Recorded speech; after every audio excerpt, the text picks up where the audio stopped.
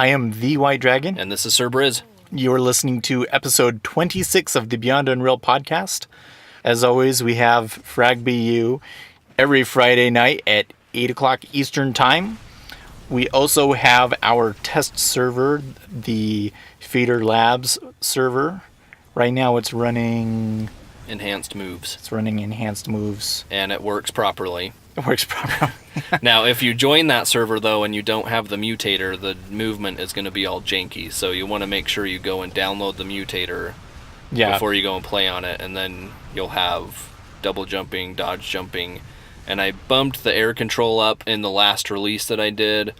I'm probably going to have to bump it up again right now because the value I set it to didn't seem to make too much of a difference. So yeah, and if you don't download it, I mean, you can still play. It's just like when you jump, it kind of... It corrects your movement, so it's delayed. The it feels second jumps twitchy are delayed. and, there was you also got the weapon replacement mutator going, yeah? Yeah, so I got the weapon replacement mutator merged into the game, so that is part of the stock game. The next build will have weapon replacement in it, so whenever that happens. So we'll make the hopefully we'll have dispersion pistol up is probably the first one we'll do, yeah? Yeah.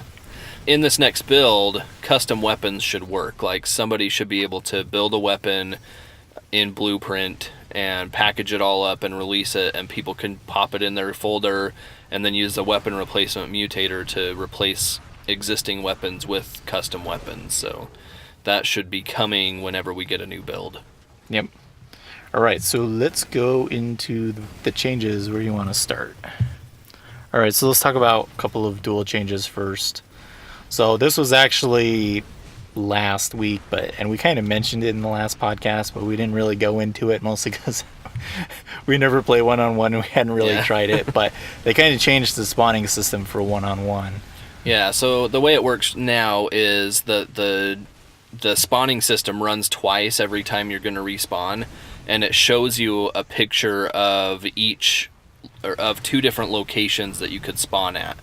One on the left and one on the right, and you either left click or right click to go to the location. There's a couple of funny issues with it, because right now the respawn system will often pick the best location for you the first time, so the second location it picks will just be a spawn point right next to the first spawn point, and it doesn't really matter which one of them you spawn at, it's the same place.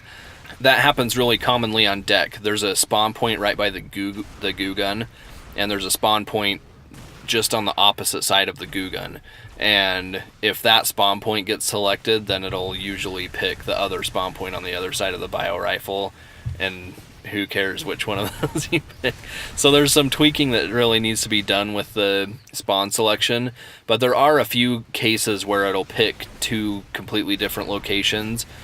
The other advantage that it gives the person respawning is that there's now 4 seconds that they have to decide where they want to spawn. So you can actually use delaying your spawn as a tactic in determining how you're going to approach the situation after you die. Yeah, well, I mean, ultimately it's going to make you harder to spawn kill, right? Yeah. So especially in UT99 on deck, you could kind of force somebody to spawn in a certain place, or in UT2K3 on compressed, you always knew that if you were on the top on this side of the map, that they were going to spawn on the bottom of the other side of the map, and you could get over there and get a headshot on them before they even knew what was going on. Yeah. Now you can delay your spawn, and you get to pick 2 places, so if you remember where your opponent was, you can avoid them and have a much better chance of not getting spawn killed. Yeah. I mean, I think that it's a good thing. It's actually interesting that this hasn't been tried in one-on-one before. Yeah. I can't really think of another game where you've been able to choose your spawn point. And it's also interesting because the people in the Arena FPS section of Reddit really seem to like that idea. Well, I think that one of the problems, and we were talking about this earlier with Toxic coming out, and I'm not going to really talk about Toxic because it's not our domain, but a lot of the Arena FPS games that have been coming out, and even with this game, there's kind of been this sense from people that it's still stale and uninspired. Not a whole lot of drastically different changes that really changed the way that arena FPS games are played. And this spawn system change is one of the biggest changes we've seen, I think. And I think that's why people are warming up to it, just because it's a new idea. We're going to have to try it for a little while to see how it works in practice, but right now it looks promising. Yeah.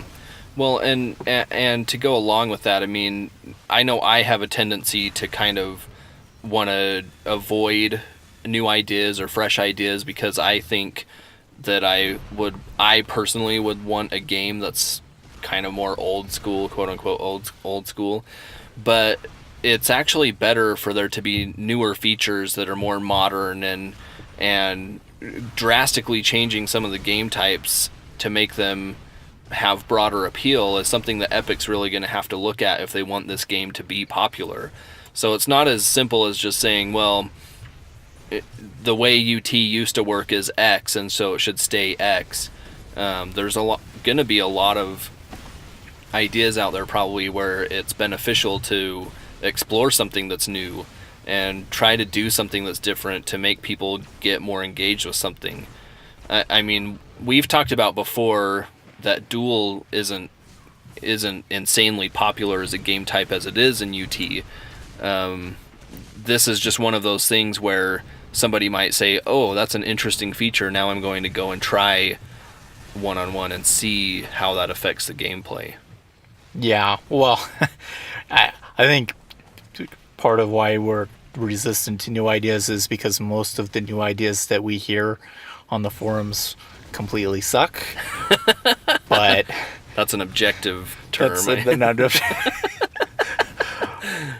But you know, it's gonna come. So yeah, let's move on. All right. So Netcode updates. They do have some fixes. And Steve kind of talked about them a little bit on the stream, but it sounds like he's pretty hopeful that they've really fixed a lot of the really big issues with the netcode, so we'll have to see. But one of the big ones that I saw was that basically what you were seeing was actually delayed from what was actually going on, and that would explain why a lot of things seemed like they hit you before they even got shot. Mm-hmm. Yeah, and also why you would seem to hit so many people and it would do nothing to them. So I mean, one of the things that I noticed in this past build is that it seems like whenever I was shooting at somebody, where my shots would actually go was significantly behind them. It seemed like you actually needed to try to do some ping adjustment yourself in order to actually land hits. That's kind of what I noticed, but overall it's just been terribly buggy, this build. Especially movement, there's been a lot of warping around, invisible projectiles. The one that's gotten me several times, so there's two issues that have really killed me a lot, and that's bioglobs sitting on the floor that are invisible. They're in a different position than where I actually see them. Suiciding on those a lot. Yeah. And then flak primary bouncing off the walls and seconds later killing me. Like that's one of the most frustrating things.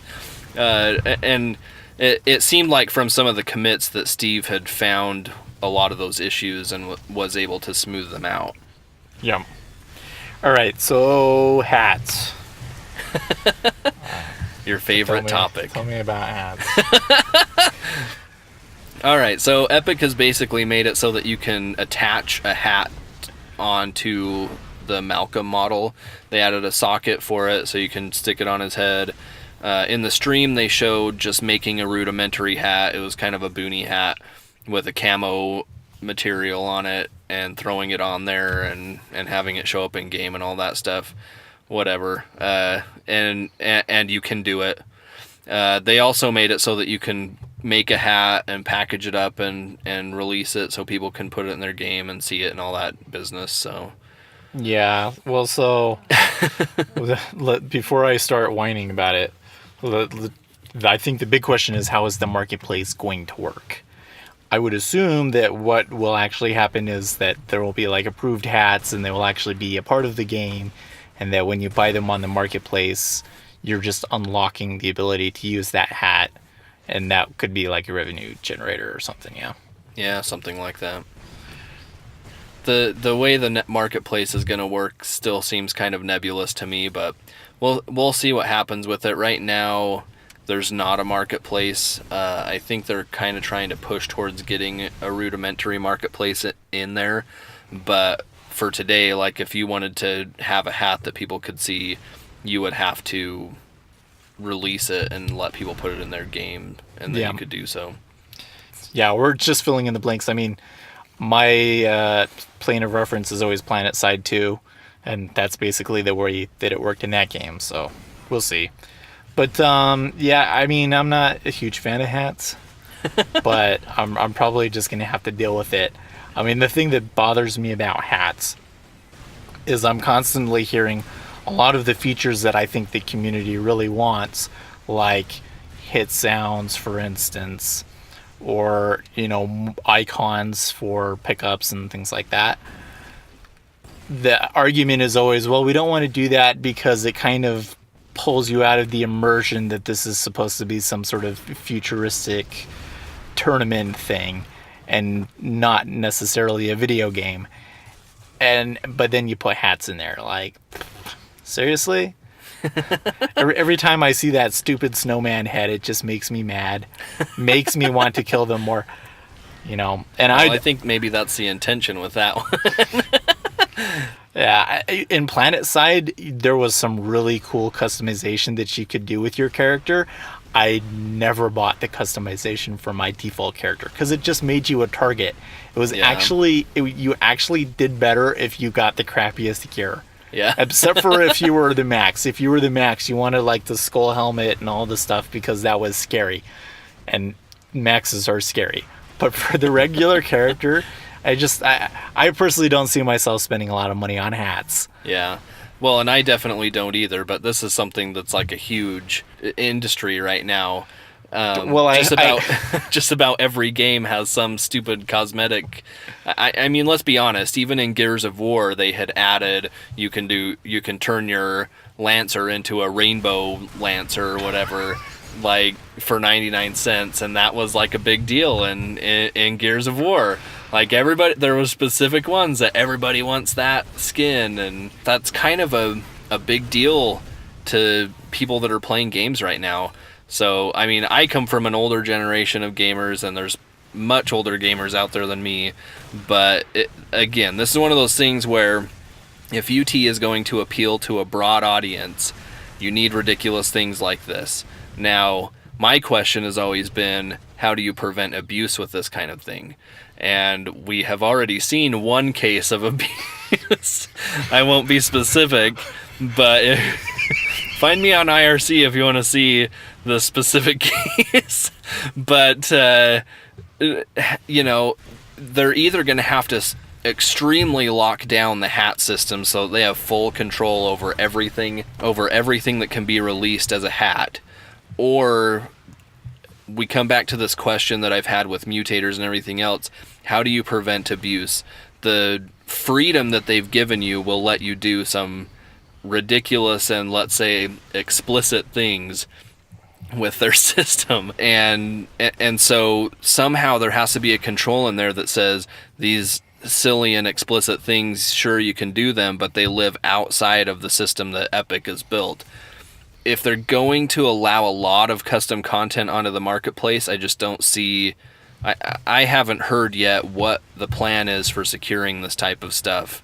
And to me, it's a little bit worrying because I can't think of a solution myself, I guess. Well, and I'd like to hear what their plans are. I think there's... The obvious solution to this sort of thing is that there's going to be curation, and not everything that gets submitted is going to actually be available. So if you make something that's exploitative, they won't allow it on the marketplace. And if it's not on the marketplace, then other people won't be able to see it, or whatever it is, right? But then you run into the opposite issue, which is, well, I spent a lot of time on this and I think it's really cool, but Epic doesn't like it. Mm-hmm. Well, that was a problem in Planet Side 2, where T-Ray didn't allow certain helmets to go in and the community got really mad about it. So, we'll see. I hope you guys make a lot of money on it. It's a difficult. That's all I have to say. It's a difficult problem, but I mean, as silly as the hats are, these are the sorts of concessions that you really have to make a game that's going to be competitive in the current marketplace. These are things that games like Toxic, we're not going to go into Toxic, but games like Toxic and Wrecked and these other games, they're not going to explore these options because they're looking for the pure old school experience. But are these games going to be ultra successful? Yeah, well, they don't have the framework or the resources to even really try, so... Yeah. All right. Okay, so a couple of small things. So you can hear bullets whizzing by your head. Yes. Whatever.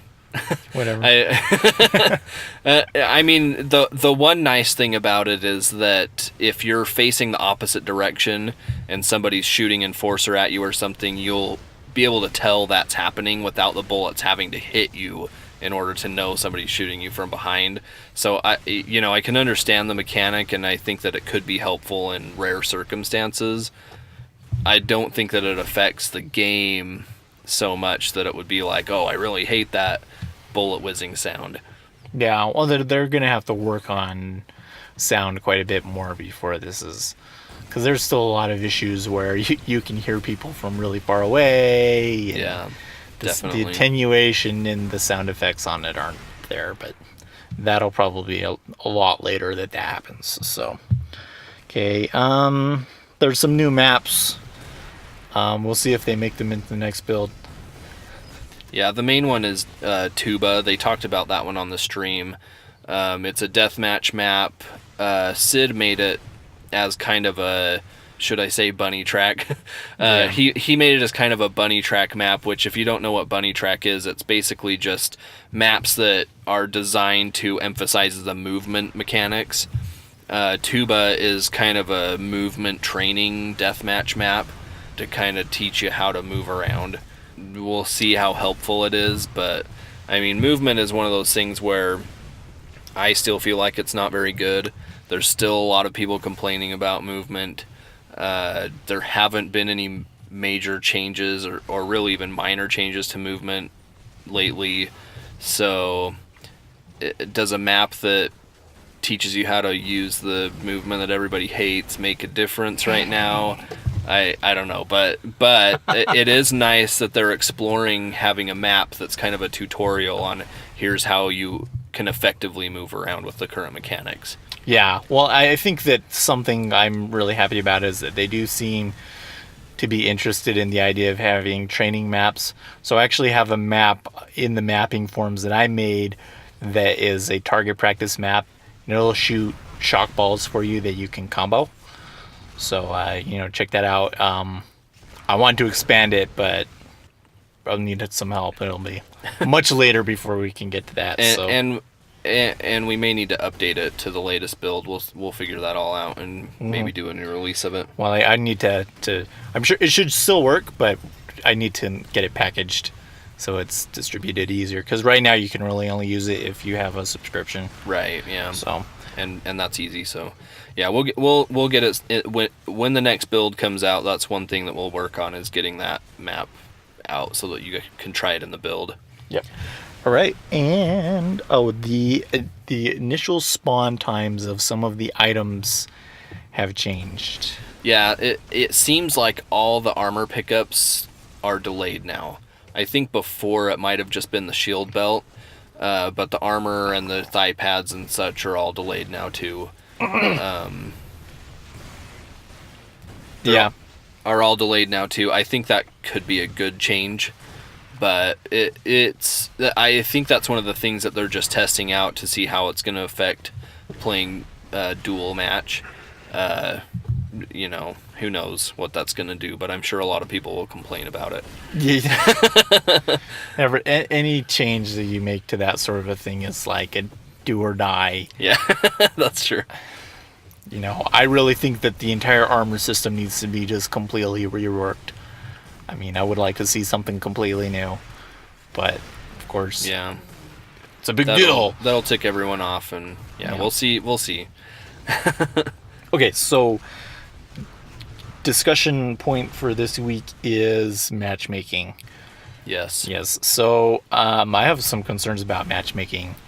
Well, not concerns about matchmaking, but we hear a lot this argument. There are certain problems that we're seeing in game types, CTF, deathmatch, one-on-one, and a lot of people have been saying, well, when you have matchmaking, those problems will go away because everybody will be of the same skill. No. Yeah. No, I'm sorry, guys. So I've played a lot of games with matchmaking. I love matchmaking for starters. Okay, I played StarCraft. I'm doing it with Counter-Strike right now. Hearthstone has matchmaking in it that's kind of weird. There's a lot of games with these sorts of features, and it does never works out that way. It never works out that way. You're still going to have differences in skill level within a certain rank. Things that can be exploited by high-level players are often exploited by low-level players. The other issue is that matchmaking just breaks all the time. Yeah, it really does. I mean, the one thing that I've heard a lot of people on IRC especially saying is that, oh, these problems are all solved when you can just click find a game and it finds a game for you. No. One thing that I'll point out to everybody here is that Unreal Tournament 3 had matchmaking built into it, and it never worked. I don't know a single person that used matchmaking in Unreal Tournament 3. Well, it that's 'cause existed. It used the stupid GameSpy crap. It calculated your skill level. It by all counts, it should have worked properly for somebody to go click find a game and have it match them to people within their skill level. It never, from what I know, the people that I've ever talked to, nobody ever just clicked find a game and went into a game that was their skill level. Now, are we saying that matchmaking shouldn't be in this game? No.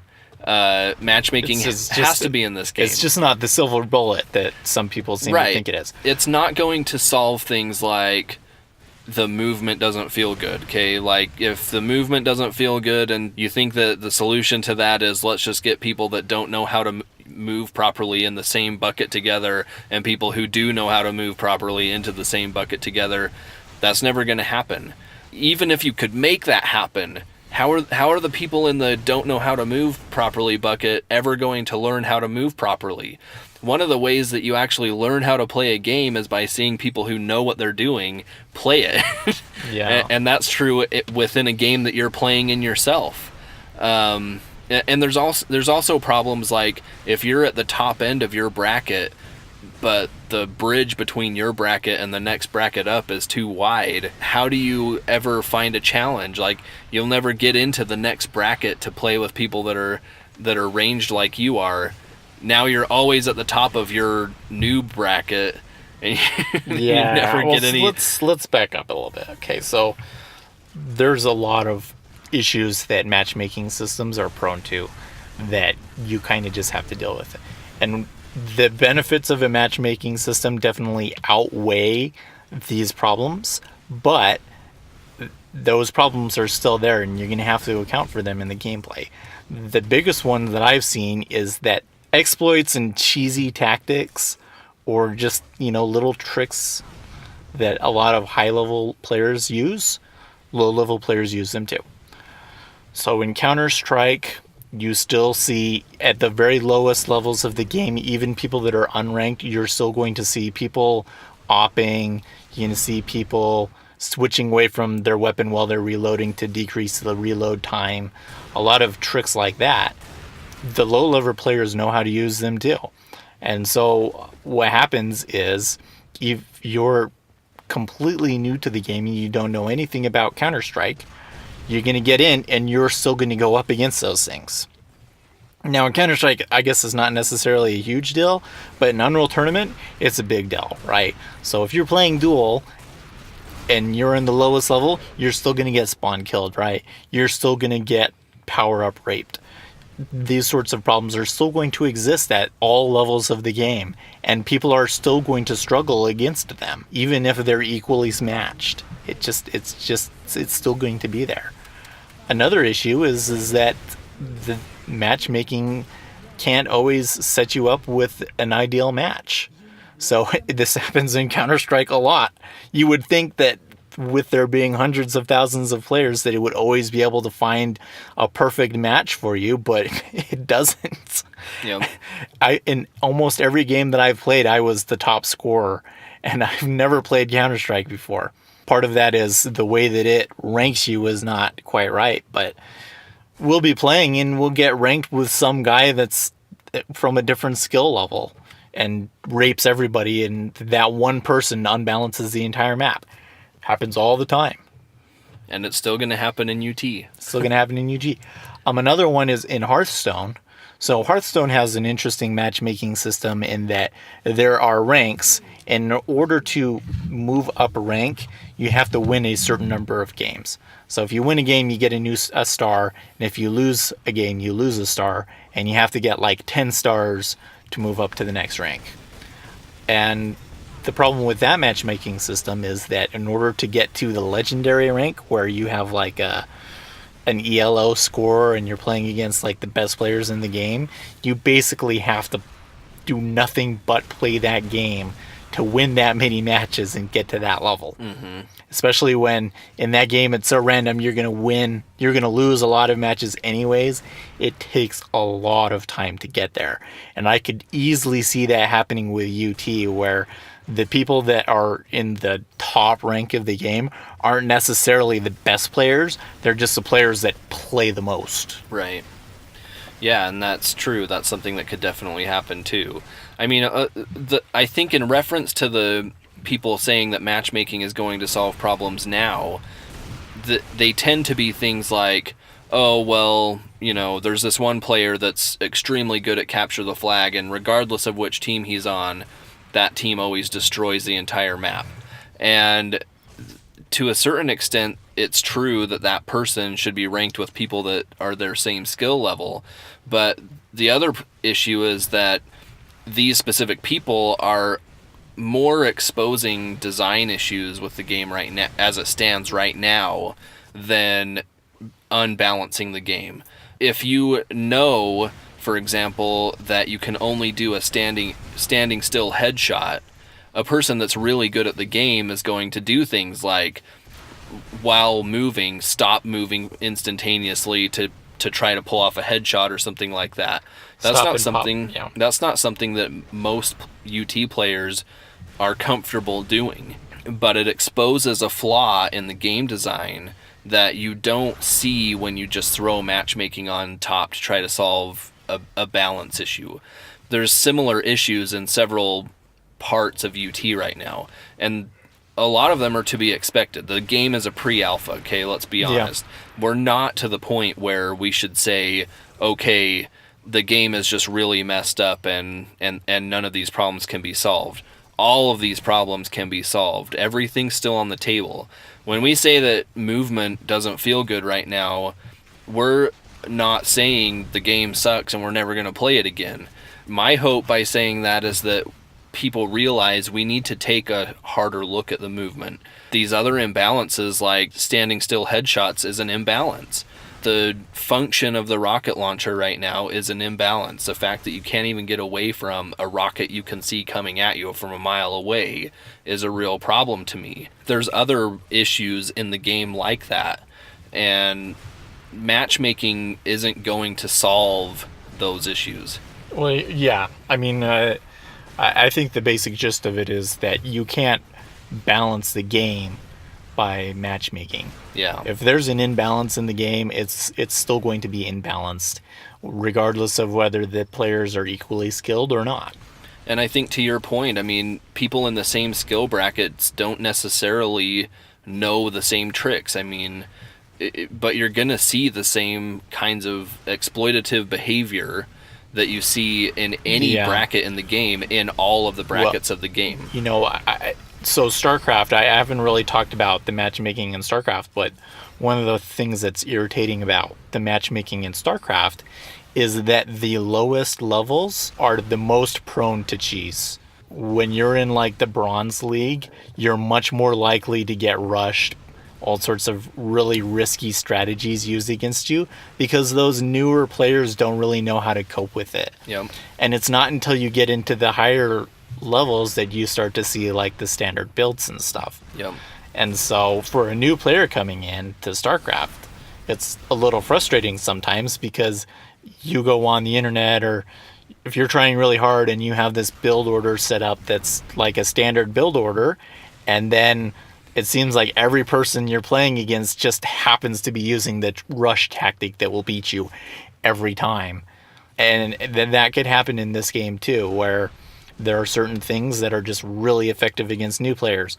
Like, probably the flat cannon. At least in 2K4, it was the flat cannon, where if you went into a new server and you used that against new players, you would just obliterate them, even if you weren't that good yourself. Yeah. In previous games, things like dodge jumping, new players don't know how to do that, or even dodging by itself. They don't know how to even move around properly. Yeah, and I think the argument with the matchmaking is they're saying, well, we're going to match people of equal skill together, and so all of the people that don't know how to dodge jump will be put together in a server. No. There will always be one guy that knows how to do it. I guarantee you, every time. There's always at least one, if not half of them.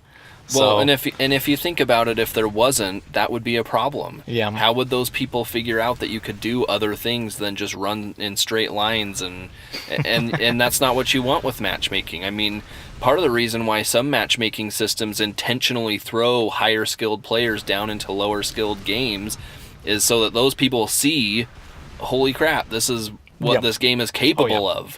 It's not always an accident that, one of the highest echelon players gets matchmaking, whatever the term would be, into a noob, quote unquote, noob game. They need to see what the game is capable of in order to even want to get to that level. Oh yeah. Well, if we just go back to our time in 2K4, we both played in clans. I played pretty competitively, and those competitive matches against Pornstar and Horizon weren't the most fun games that I played. The most fun games that I played were the games that had a wide range of skill on both teams, but the teams were still even. Yeah. And I think, especially in CTF, having a wide range of skill is desirable. You just want the teams to be even. Yeah. And the question is, how do you actually make the teams even? Because the way that it is in the game right now, I'm not sure that you can do it. It just seems like the difference between any two given players in the game is so wide that it will always lead to a blowout. Yeah. There's just not fine enough granularity between skill levels right now. Yeah, to really true. get a... Well, and that was something that was common for us, at least in 2K3, because at Frag BU, we did have some of these players where it was like, you could shoot your translocator and they would just turn around and shoot it out of the air without even thinking about it. But we had those types of players, and we also had players with an 800 millisecond ping that were just there because they wanted to have fun. But we were pretty frequently able to get the teams balanced enough that that most matches were fun. And I think that for any matchmaking system, that's the real goal, is that regardless of the skill level of the people that are playing, the teams that are selected are close enough together that the match turns out to be fun. Whether one team blows out the other team or not, I don't think that's as much of an issue as were the people playing enjoying the game, and were the people that didn't know what they were doing as much able to learn something from playing that game. Yeah. Well, and we should also mention they made a change to make it a little easier to switch teams. Yeah. So I've been noticing a lot at Frag BU. I'll find that the teams are unbalanced, and so I want to switch teams and try and even things out, and it won't let me. So we'll try that. All right, well, that's all we have time for this week. As always, Frag BU, 8 o'clock Eastern Time every Friday night. And we'll see you next week. Yep.